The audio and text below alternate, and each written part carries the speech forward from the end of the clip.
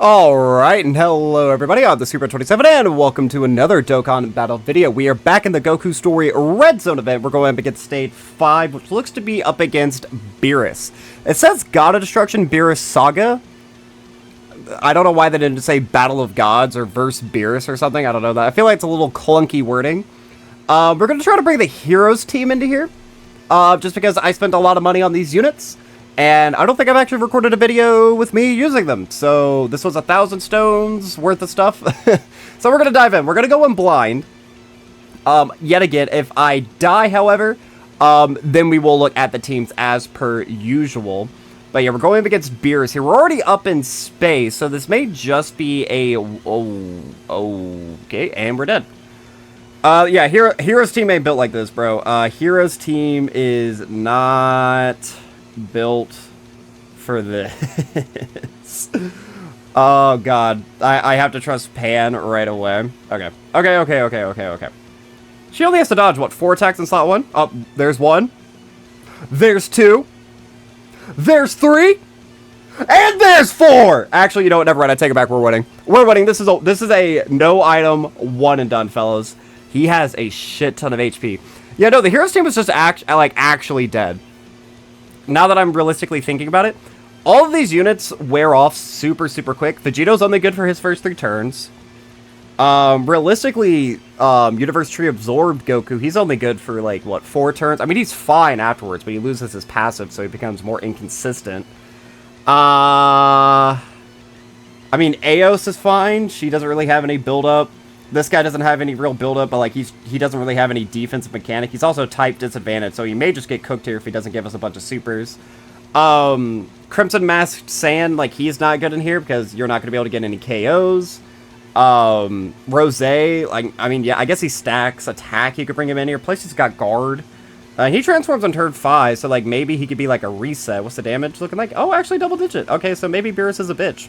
Maybe BEERUS is a bitch. Okay, can I get 5 orbs? Or 7? You bet your sweet bippy I can.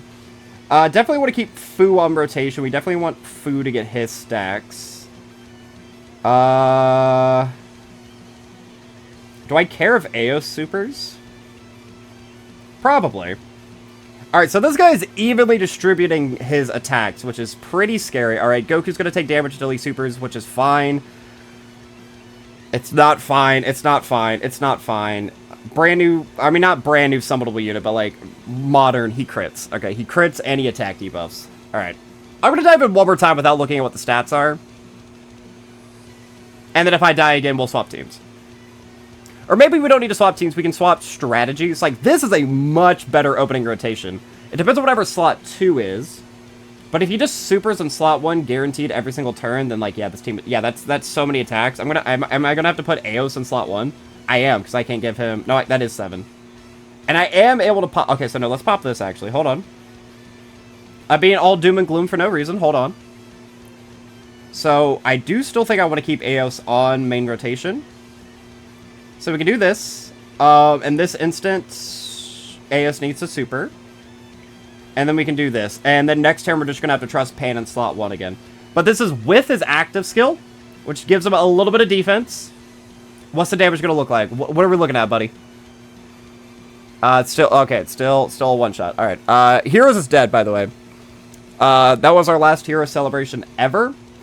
And it was a shame. So let's go ahead and check out the stats. Oh my god! 600... million HP. 720 normal, so it's really not that scary. 2.6, he debuffs. Guaranteed crit. 11, yeah, and he supers once a turn. He's not hard, is the thing. Why does he have so much HP? He's not hard. Alright, we're bringing Gloria's team, hold on. Give me a second, chat, while I build Gloria's team, but I'm gonna complain about this for a second. This guy's not hard. He's launching a 2-point million, so it's scary for, like, maybe your first turn. I'll give you that. But, like, this fight's gonna go to, like, turn 10. And you're not gonna die. If you don't die turn 1, in turn 2, you're not gonna die. So why does he just have such a, like, an astounding amount of HP? Like, what For what purpose? I mean, I guess we asked for longer fights so that we could build up. Like, maybe that's the thought process here. I don't know. I'm not a huge fan of that. All right. We have our new team. Let's go ahead and I want to run dual Glorio because I like Glorio. He doesn't stun. It is type disadvantage though. I'm gonna bring Glorio.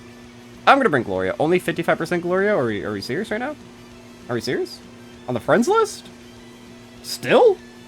Hold on. Wait a second. Hold on. Yep, alright, we're rocking at 55%. I mean, mine's 55%, so I guess I can't really complain. But on the friends list? Come on, man. Like, here's my opinion. I know I've said this a lot in videos, but here's my opinion. If it is a brand new, summonable unit, okay, put them on the friends list. I don't care. Everyone wants to use them. Put them on the friends list. Do a couple of link levels.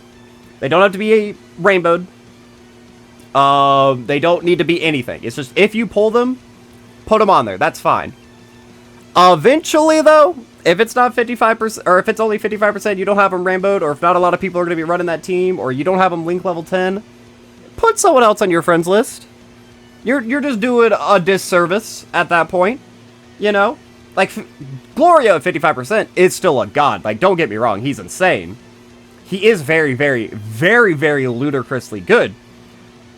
But, like, do you not have, like, an Imp Broly you could put on there? You know, 69% Imp Broly? You don't have a 79% Tech Carnival Broly? You don't have the Super Saiyan Trio at 79%? I mean, no one's really running those teams right now, but you know what I'm saying. Is anyone really running, like, Demonic Power, Battle of Wits, and Accelerated Battle? Probably not. And I did opt to bring in Super Easy A Vegito because he's good, by the way. He's good. This guy's better than Gogeta. Are you fucking my dick right now, dude?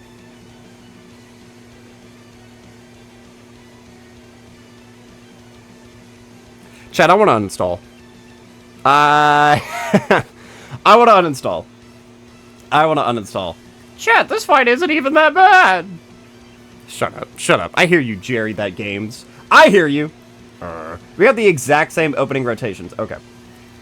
If we die one more time, how many attempts do you have at 6? This will be, what, my 4th death if I die on this attempt? I'll swap off at that point. So he doesn't just guarantee super in slot 1, which I guess is good to know. That was just, like, the worst possible luck imaginable. But as I was saying, completely ignore that he just died to a super attack. We're gonna ignore that. But, I think he's better than Gogeta. I do. Because neither one of them really offer that much, really. Like, the only thing Gogeta brings to the plate, realistically, is solid damage and 40% offensive support. That's really all he's offering. He's kind of a liability to bring up against superclass units, but for a fight like this, you could run him quite easily. You know, we're going, wait, is this BEERUS Extreme Class? No, this BEERUS is Superclass, so if you brought him in here, there's a 70% chance he's not guarding, and then only 30% damage reduction's not great. You know what I mean? Whereas Super Vegito, he does offer a little bit of support, if I'm not wrong, but he does also do the counters, and I'm really valuing that at this current point in time, when none of these fights have damage thresholds, and all of them have a ludicrous amount of HP, and these fights take forever. Getting those counters so each turn you're doing a little bit more chip is quite good. Not to mention he does link with the brand new summonable Vegito, so you can get 7 out of 7 links if you have another LR on your rotation, which isn't, I mean, it's not bad in my opinion. So, what does Vegito have? 200 to stats, 40% damage reduction, 40% against normals, with 12 key, an extra 150% attack, up to an extra 100% attack, and 60% chance to crit each time he gets hit. And then when you're below 50% HP, he gets guard and a scouter. And then up against a superclass enemy, he gets an extra 50 to stats, 2 key, and 20% defense to all allies. So he's also better against extreme class units. Which I guess, I mean, that has merit, I suppose. So bringing him in here, he's not giving as much support. The only difference, though, is that it's a difference of 10%. Whereas Vegito was always guaranteed giving the 40% offensive support and the key support. That's a lot of attacks that UI is going to have to dodge. I just kind of noticed that. He's clutching up, though. Oh, yeah, no, we're fine. If we dodge the super, we're fine. I'm having some good dodge luck, actually, right now. Usually this guy likes to fraud me. Pan likes to fraud me, but So far, neither one of those units have been hit in the video. Can we get a dodge counter? Can we get a dodge counter, fellas? We love dodge here. But yeah, so, like, again, I understand what they're going for. Again, I'm just bitching about this fight at this point. Yeah, I'm just bitching to bitch. But, like, why does he have 600 million HP? Like, if I die... Like, imagine dying on this fight. Imagine dying on turn 9. I don't think that could happen or would happen. But imagine dying on turn 9. How long is it going to take you to get to turn 9 just to then die and have to do this all over again? Because his gimmick doesn't change. Like, he gets an extra 70% attack, so he's going to hit substantially harder, I suppose. He orb changes... His super attack is always a crit. I still don't understand that mechanic. I don't fully grasp what that means. Like, does he get rid of our defense? Does that double his attack? Or not double, does that give him a 1.5 times multiplier? Does that mean he ignores guard? Like, what does perform a crit mean? I don't know how to calculate this, and I haven't seen anyone on Dokkan Twitter, like, really give us a confirmation on what it means. As far as I know, Truth doesn't even know. We need someone to, like, sit down and start running experiments. Or I guess I could run them as well. Based off of how much defense my characters would have post-super. I guess I could do that, theoretically. Yeah, I guess I could. Because, like, it gives you everything. Like, I don't understand how, like, start of turn stats are established. I have to save this. And, yeah, I have to save it. I have to save the beast active for next turn. We'll just conserve orbs, I think. Do I have a slot one for next rotation? I do. It's still just UI.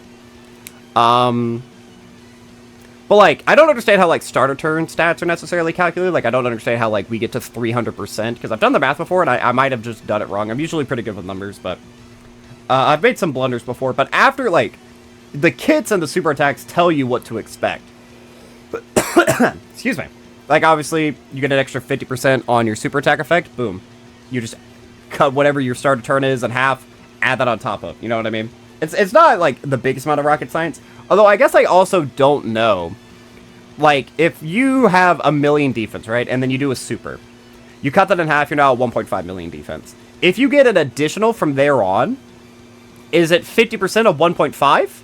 Or is it the 50% of the original 1 million that then gets swapped over? You know what I mean? Like, is it a gradual thing? Because I know certain, like, abilities proc at different points within a given turn. So there's any number of things that it could be. And again, I don't know. I don't know. I'm not the most knowledgeable guy out there. He didn't super, so he's loaded up to super in slot 1. Do I trust Vegeta in slot 1? This is my Vegeta. Type disadvantage. I think I have to. Right, chat? I think I have to. Because if MUI doesn't dodge once, I think we're just dead. I'm going to go ahead and launch Glorio as well. We can attack break the super. He is ready for a super. He didn't super at all last turn. His cooldown is 11, so it's going to be one of his first few attacks. It may very well be his first attack in the turn. So if we're able to attack break that and not even have to worry about it, we're fine. Getting some more defensive stacks off is nice. That way, once we do the active, Vegeta won't get caught. Because Vegeta, I mean, Vegeta's insane. 300 to stats, 70% damage reduction, and guard. But we have still seen him take some damage. Like, it's impressive how well he tanks, you know, like... He eats these really big boss supers for like 130. In some instances, if it's mine, or the friend unit, sometimes just outright double-digit tanks. Just like outright. Which is pretty crazy. Really, really good, obviously. Okay, we didn't get rid of it, but we got to super first. Vegeta's fine. This is going to be double digits. Yum, bitch. I mean, maybe with the crit. With the crit, it was actually interesting enough. With the crit, it was 235. So maybe I am glad that I swapped to Vegito in that instance. Because maybe that means Vegito would have taken some damage. Maybe. Alright. But he supered in slot 2. Like, well, slot 1, but you know what I'm saying. Yeah, max attacks per turn is 11. His cooldown is 11. So he is technically... He could super again on the next turn. I guess I probably should have been counting how many supers he had actually performed at that point in time. But it's probably very likely that it's actually going to super in slot 2. So I think we do launch the Beast active here. And then we launch... Okay. No, this is fine. We can do this. Get you up in atoms. Let's go ahead and launch the other Glorio, just to be on the safe side, doing a little bit more damage. We've only done 30... close to 40%, so we don't have to worry about that extra attack stat yet. But on this next turn, we will. So he's going to get an extra 70% attack. Who has higher defense out of you two? It's you, so we can collect these right there. Give all those to Beast so he can recover up as much HP as possible. And then that'll give us a lot of HP recovery as well. So Beast won't be able to get caught here. I mean, even if, like, it crits, we saw that it didn't really do all that much. And with the active, he's going to be doing a lot more.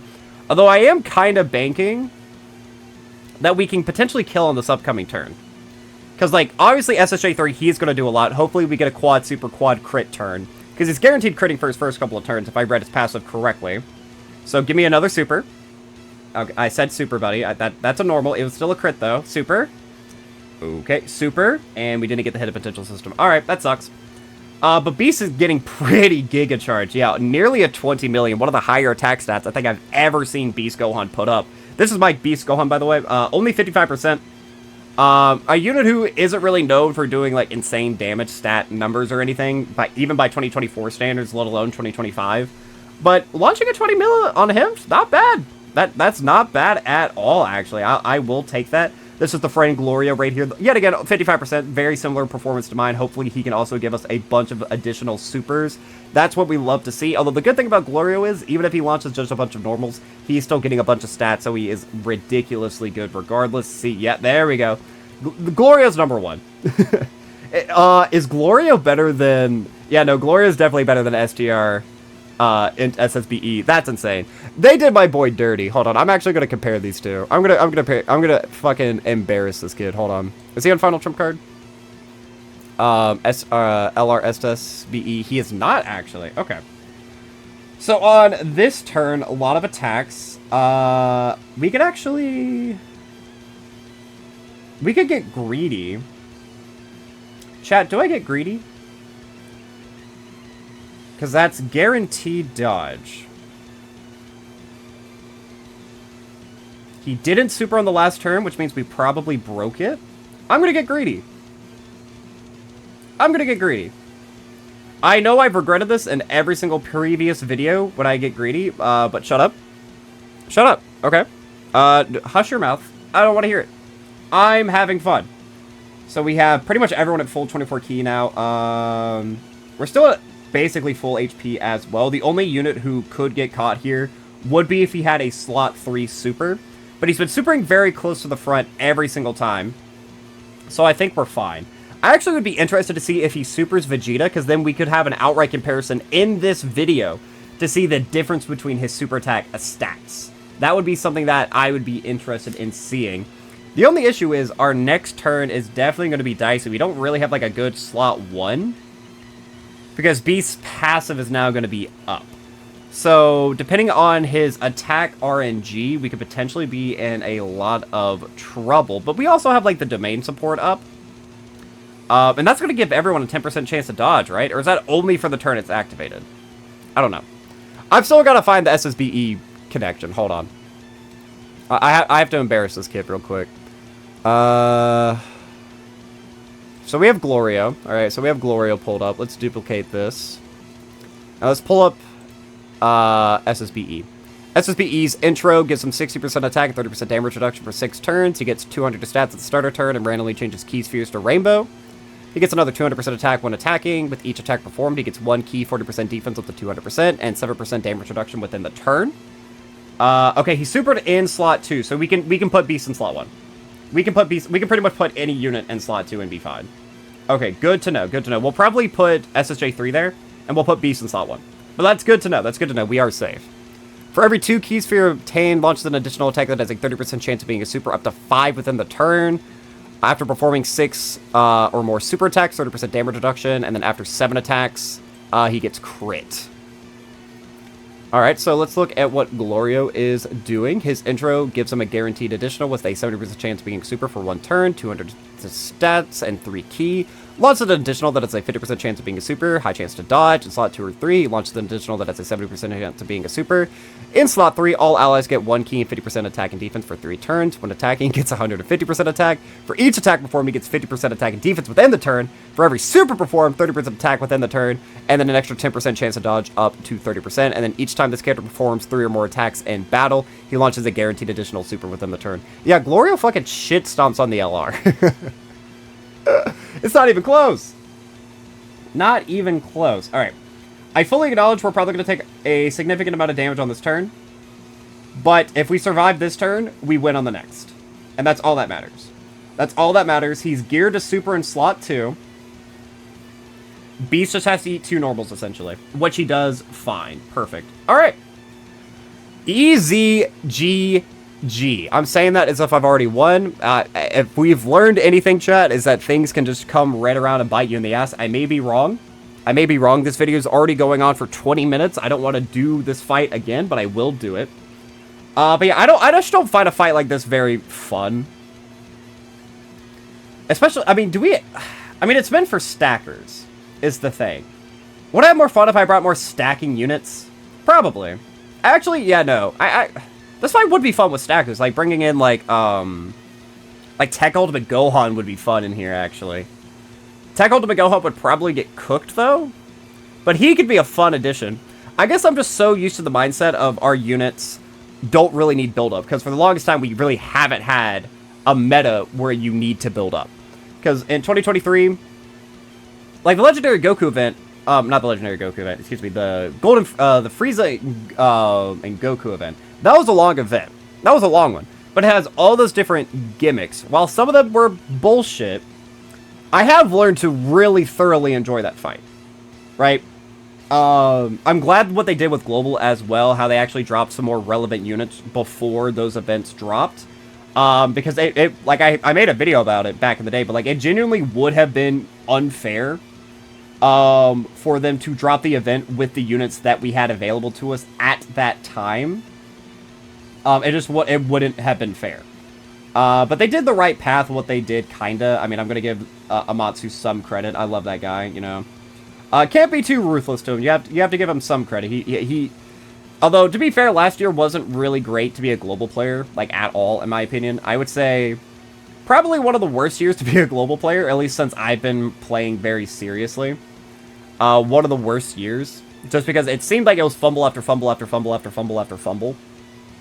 I mean, like, I get it, but, like, it was just an unfortunate set of circumstances. What's the damage going to be like right here? I mean, guard, we got a bunch of defensive stacks off, 70% damage reduction. What's your crit doing? Perfect. Alright, he does lower our attack, but we're just going to get our attack right on back up. He debuffs by 30%, so with 3 counters, we'll be right back to where we were.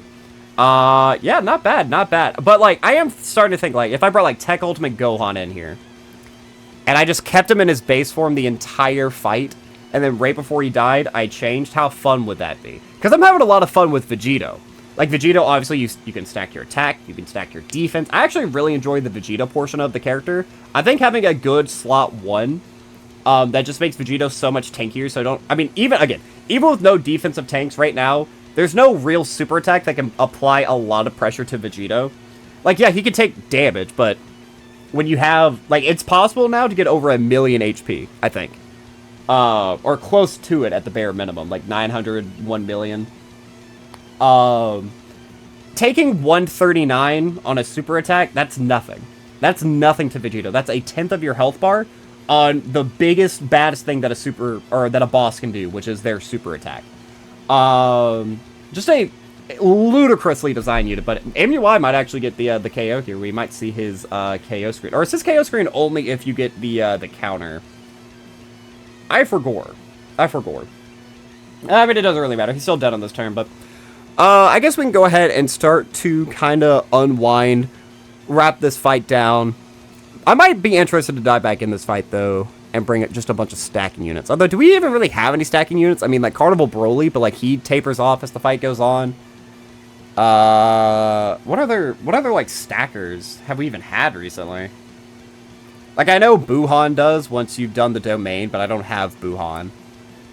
I don't know, actually. AGL Vegeta, actually. Yeah, no. Yeah, bring AGL Vegeta in here. This fight was meant for him. But there you have it, guys.